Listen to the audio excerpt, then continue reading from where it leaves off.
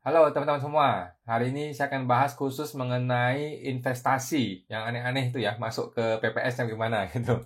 Oke, sebelum gue mulai, seperti biasa gue perlu disclaimer dahulu guys, supaya nggak salah ya, bahwa semua yang gue sampaikan di video ini dan di seluruhnya universe-nya Pajak Smart ini, itu hanyalah pendapat pribadi gue 100% guys. Itu bukanlah kajian akademis ya, ini tidak dapat dibuktikan kebenarannya, karena ini bersifat subjektif 100%, gitu guys. Ya, walaupun gue seorang konsultan pajak yang resmi, tetapi video ini bukanlah video saran profesional konsultan pajak, guys. Ya, tolong dipahami. Ya, ini semua hanya istilahnya ngobrol-ngobrol warung kopi saja, gitu, guys. Ya, Anda semua, teman-teman semua, tidak boleh dan tidak bisa menjadikan video ini sebagai pedoman bagi Anda untuk melaksanakan kewajiban perpajakan Anda, gitu, guys. Ya, kalau teman-teman mau tanya lebih dalam tentang pajak, silakan konsultasikan kepada konsultan pajak Anda masing-masing atau ke AR Anda, karena AR Anda ya seorang pegawai dari pemerintah yang dibayar dengan sangat mahal dengan uang Anda, uang pajak Anda, untuk mengedukasi Anda dengan baik dan benar, gitu guys. Dan Anda boleh tanya ke kering pajak 1500-200 atau ke kering PPS. Sekarang ada kering PPS 1500-008. Ya, telepon ke situ pagi-pagi guys. Kalau udah siang udah nggak bisa, karena semua orang telepon ke situ. Oke. Buat teman-teman yang terima email ya, baru-baru ini gue juga dapat ya email dari DJP, itu email blast kepada seluruh warga negara ya. Teman-teman gak usah ketakutan ya. Banyak orang tiba-tiba telepon gue, tiba-tiba tanya gue dapat email nih, ada apa nih, ada apa, gue disuruh ikut PPS nih, gue dan sebagainya. Nggak usah teman-teman, itu hanya himbauan. Hanya himbauan untuk Anda ikut PPS kalau memang ada harta yang belum dilaporkan, kan itu bagus gitu. Kalau Anda nggak mau ikut PPS ya nggak apa-apa. Gitu. Cuman himbauan saja guys, itu bukannya berarti lo ada masalah gitu, nggak usah takut. Jadi banyak orang tuh dapat email pajak aja udah ketakutan gitu, nggak usah, santai aja teman-teman. Itu cuman cuman himbauan untuk ikut PPS gitu kan, bagus gitu kan, namanya sosialisasi gitu guys. Oke. Kita akan mulai dengan yang paling hot dan paling seru, biasanya aset kripto ya. Aset kripto, Bitcoin lah, the coin lah, apalah istilahnya. Kripto ini udah beranak cucu gitu ya, udah berbagai macam jenis dan bentuknya dan valuasinya dan berbagai jenis gitu. NFT lah, apalah istilahnya lah gitu. Nah, jadi ini semua belum ada aturannya di Indonesia guys, belum ada aturannya. Jadi paling gampang kita catat di PPS itu ya sebagai market value-nya saja. Oke, market value-nya kita laporkan di PPS gitu. Berapa nilai per Desember 2020-nya yang kita lapor di PPS. Bukan nilai hari ini ya guys, bukan nilai hari ini, tapi nilai per Desember 2020. Akhir Desember 2020 gitu guys. Nah, nanti dilapor di SPT berikutnya ya, setiap tahun dilapor sesuai dengan nilai akhir di Desembernya. Kalau naik ya lapor naik, kalau turun ya lapor turun gitu. Tetapi kalau naik, maka ada profit atas kenaikannya. Profit atas kenaikan harga kriptonya itu terkena pajak normal yang 5, 15, 25, 30, 35% gitu guys. Ya. Tapi kalau turun, kerugiannya tidak bisa diakumulasi ke tahun berikutnya. Kecuali Anda pembukuan. Kalau Anda tidak pembukuan orang pribadi, maka kerugian atas harta Anda tidak bisa dikompensasi ke tahun berikutnya. Tapi kalau Anda untung, harus bayar pajaknya. Itu guys. Karena tidak pembukuan ya. Itu kripto ya teman-teman. Jadi seperti itu aja. Laporkan market value-nya pada kondisi Desember 2020. Oke. Apapun bentuknya. Kemudian saham di Bursa Efek. Nah, saham di Bursa Efek, kalau Anda mau laporkan ke PPS, laporkanlah market value-nya per broker. Jadi kalau gua sih lebih gampang per broker aja. Broker A berapa, broker B berapa, broker C berapa gitu. Kan ada tiap bulan kan ada dikirimin statement tuh, apalagi akhir tahun kan ada statement akhir tahunnya. Maka di statement portofolionya investasi Anda berapa nilai total market value dari saham-saham yang Anda miliki. Gitu. Nah, kalau dulu kan gue laporkan saham itu sebagai harga modalnya yang gue laporkan. Karena kita anggap yang saham-saham itu yang masih floating itu kita belum realisasikan. Tapi itu ribet. Karena kan lu masukin saham, lu keluarin lagi, masukin lagi, keluarin lagi, ada lu tarik lagi uangnya, ada lu setor lagi uangnya. Lu bingung berapa sih nilai modal gue di sini. Jadi nggak usah pusing-pusing, nggak usah pusing ya. Harga saham di bursa Anda laporkan market value-nya saja. Gitu. Kalau saham, nanti harganya naik, nggak ada masalah karena saham itu kalau Anda jual nanti sudah kena PPh final. PPh final 0,1% kalau nggak salah. Jadi nggak usah khawatir. Saham Bursa Efek atas kenaikannya itu sudah bebas dari pajak. Sudah kena pajak maksudnya. Sudah kena pajak 0,1% PPh final. Jadi nggak usah pusing. Nggak usah khawatir. gitu ya. Nah, kalau saham di PT, nah dulu ketika TA yang pertama, banyak orang kena masalah gini, saham di PT ada di akte notaris, tetapi saham itu belum disetor ke rekening PT. Akibatnya apa? Muncul modal saham, muncul nilai saham, muncul hutang dong. Dulu itu hutang hanya boleh akui 50% saja, sehingga selisih 50%-nya mesti bayar ke TA waktu itu. Sekarang nggak usah. Sekarang Anda boleh akui sahamnya full, akui hutangnya full. Oke, jadi nol gitu. Jadi kalau Anda punya saham di sebuah PT tapi belum setor uangnya, tapi lupa dilaporkan di SPT 2020, maka laporkanlah nilai sahamnya, nilai hutangnya full, maka ini nol. Gitu guys, jadi nggak ada masalah. Oke, by the way, lapor PPS tidak boleh bernilai nol ya guys. Ingat ini ya, jangan sampai Anda lapor PPS nilainya nol. Nilai akhirnya, nilai pajaknya itu nol, itu tidak boleh. Kalau Anda lapor PPS nilainya nol, maka PPS-nya batal. PPS Anda dianggap selesai, dianggap lu tidak ikut PPS dan tidak boleh lagi ikut PPS sampai 30 Juni.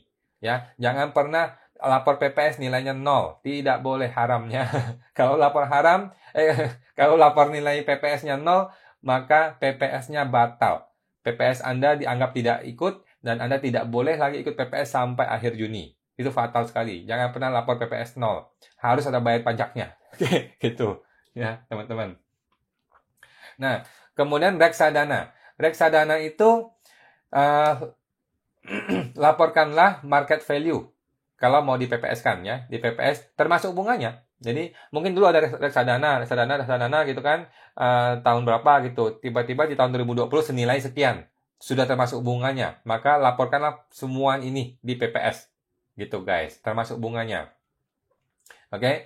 Nah, tapi bagi Anda sudah lapor reksadana di SPT, nah, reksadana itu ternyata bunganya itu bukan objek pajak. Nah, gue juga baru sadar hari ini, ya, sepanjang gue berkarir, baru hari ini gue sadar, bunga reksadana itu bukan objek pajak. Alasannya apa? Karena itu sudah dipajakin sebelumnya, gitu. Ketika reksadana itu, harga unit reksadana Anda itu sudah dipajakin sebelumnya. Itu alasannya, bukan nggak kena pajak ya, dia sudah dipajakin sebelumnya. Sama seperti deposito. Deposito kan bunganya itu sudah kena pajak. Jadi Anda masukin bunganya ke SPT, nggak usah kena pajak lagi. Gitu guys. Ya, reksadana seperti itu. Kemudian asuransi yang ada investasinya. Nah, masih banyak orang yang bertanya-tanya mengenai asuransi gitu ya. Asuransi itu apapun namanya, apapun bentuknya, sekarang itu udah berbagai macam jenis variasi asuransi. Pokoknya laporkanlah asuransi senilai investasinya per kondisi akhir Desember. Gitu. Intinya gini, kalau lu bingung asuransi ini investasi apa bukan sih? Kan berbagai macam jenis nih namanya aneh-aneh. Pokoknya gini, kalau asuransi itu tutup hari ini juga, berapa duit yang lu dapatkan? Itulah yang dimaksud dengan investasi. Gitu. Lu tutup hari ini tanpa terjadi kecelakaan, tanpa meninggal, tanpa mengalami sakit, lu tutup asuransinya, lu dapat uangnya berapa? Itulah yang dimaksud dengan nilai investasi. Gitu guys, ya.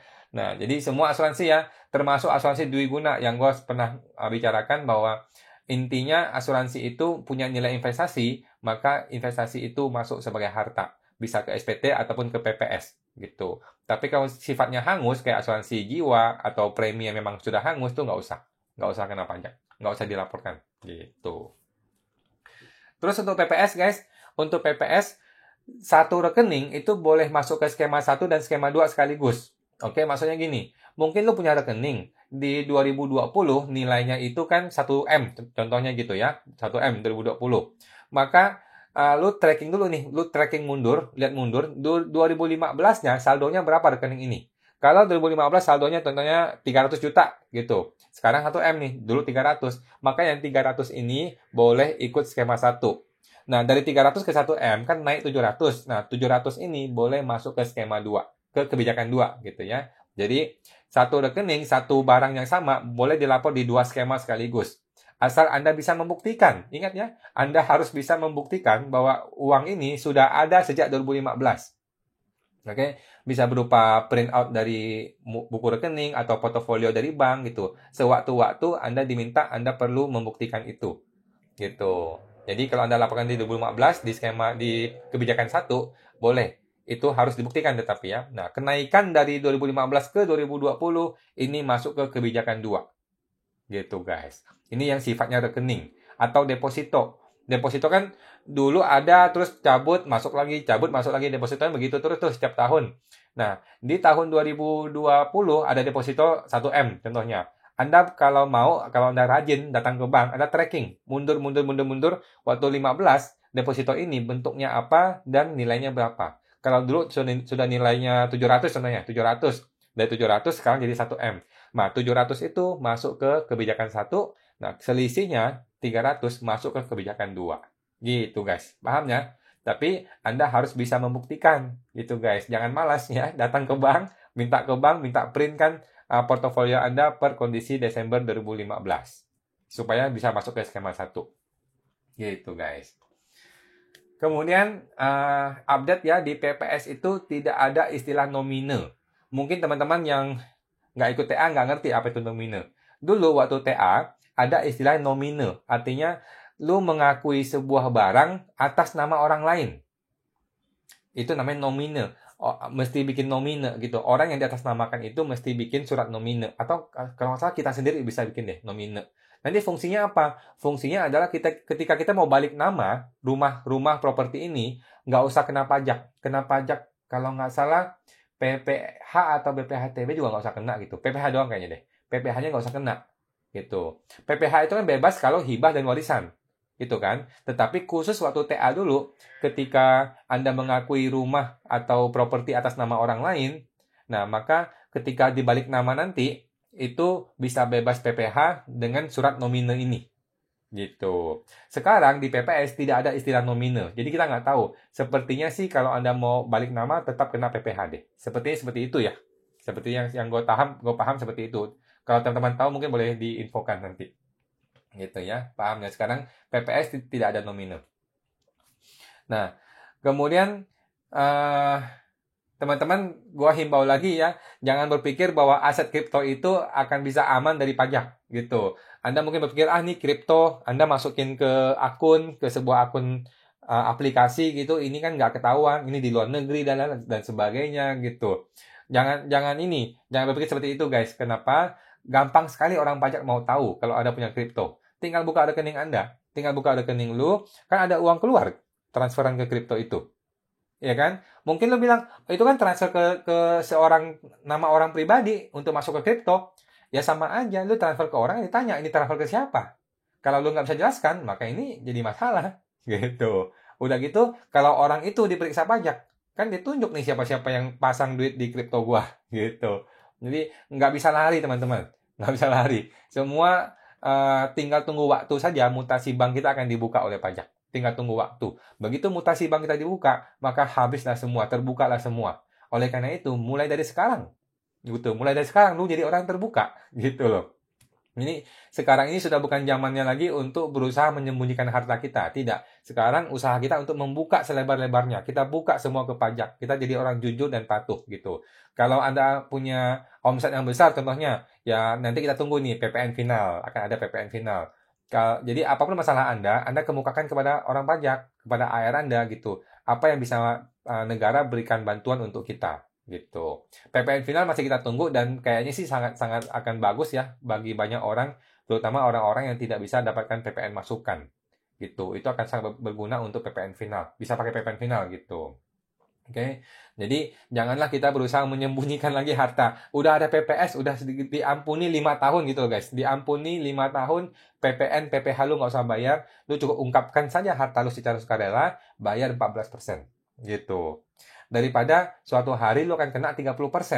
Lu gambling nih, kalau lu nggak lapor nih sebuah rumah dengan berbagai alasan lah, mungkin di luar negeri lah, lu sembunyiin nama orang lain lah, nama supir lu lah, nama siapa lah, lu gambling gitu loh. Lu gambling bahwa suatu hari kalau ketahuannya gue bayar, kalau nggak ketahuan ya nggak bayar gitu. Tapi jangan salah, ketika ketahuan muncul SKP 30% langsung gitu. 30% plus denda 2% per bulan. Dari hari ini sampai nanti ketika ketahuan. Kalau ketahuannya 3 tahun lagi, berarti 36 bulan kalikan 2%. Lumayan. Bisa setengah harga gitu ya. Kan sayang sekali gitu guys. Nggak worth it lu mengambil resiko sampai 30% plus denda itu hanya untuk menghemat yang sekarang 14% gitu. Nggak worth it gitu kalau gue bilang sih guys. Orang pajak sudah punya data yang lengkap. Oke, semua data perbankan Anda, data mutasi bank, bukan mutasi sih, saldo akhir Anda sudah ada di kantor pajak, di komputer pajak. Tinggal tunggu waktu. Oke, tinggal tunggu waktu lu dikirimin surat. Ketika PPS ini berakhir, maka sudah saatnya terjadi pembantaian lagi, gitu loh. Jadi siapa yang merasa pinter, merasa hebat, merasa sombong, nggak mau ikut PPS, atau dia sudah ikut tapi masih disembunyikan, tunggu nanti setelah Juli Anda akan dipanggil satu persatu. Jadi sebaiknya jangan. Ya, jangan guys. Sekarang juga kita laporkan semua harta yang kita punya. Ya, sekarang juga kita laporkan semua. Jadilah orang yang jujur, jadilah orang yang bersih. Mulai sekarang ke depannya, gitu. 5 tahun ke belakang, semua dosa-dosa Anda diampuni oleh Sri Mulyani. Ibu Sri Mulyani sangat baik sama kita semua ya. Padahal datanya sudah ada loh di komputer pajak. Kalau dia mau, nggak usah ada TA, nggak usah ada PPS, semuanya dihabisin. Bisa aja begitu, tapi enggak. Sekarang dikasih kesempatan, kita ikut PPS nih. 5 tahun diampuni. Maka mulai sekarang kita berbalik arah. Oke, kita support pemerintah, kita support DJP, kita support negara ini untuk bisa mendapat penerimaan pajak yang lebih baik. Gitu guys. Oke, itu aja hari ini guys. Semoga membantu ya teman-teman. Sampai jumpa lagi.